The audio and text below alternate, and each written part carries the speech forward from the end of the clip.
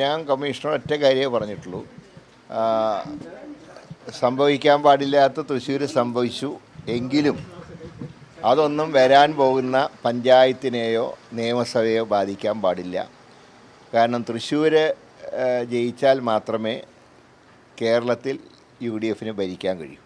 അതുകൊണ്ട് ഈ പാർലമെൻറ്റ് ഇലക്ഷനിൽ ഉണ്ടായിട്ടുള്ള കാര്യങ്ങൾ ആവർത്തിക്കാതെ നോക്കുകയും ലോക്കൽ ബോഡിയിലും അസംബ്ലിയിലും UDF തൃശ്ശൂർ ജില്ലയിൽ തിരിച്ചു വരാനും ഉള്ള ഇവരെടുക്കുന്ന ഏത് നിലപാടിനും എൻ്റെ പിന്തുണയുണ്ടാവും. അല്ല, അതിപ്പോൾ ഇവരുടെ ചുമതല തൃശ്ശൂരിൻ്റെയും 2 സ്ഥലം പരാജയപ്പെട്ട സ്ഥലത്താണ്. മറ്റേത് മൊത്തത്തിൽ അവലോകനം പാർട്ടി നടത്തും. അല്ല, അതിനെക്കുറിച്ച് ഒരു ഡിബേറ്റിൻ്റെ ആവശ്യമില്ല. ഇവിടെ അതല്ലല്ലോ പ്രശ്നം. ഇവിടെ ഇല്ല ആരും പേരൊന്നും പറഞ്ഞിട്ടില്ല. ആരും പേരെടുത്ത് പറഞ്ഞിട്ടില്ല.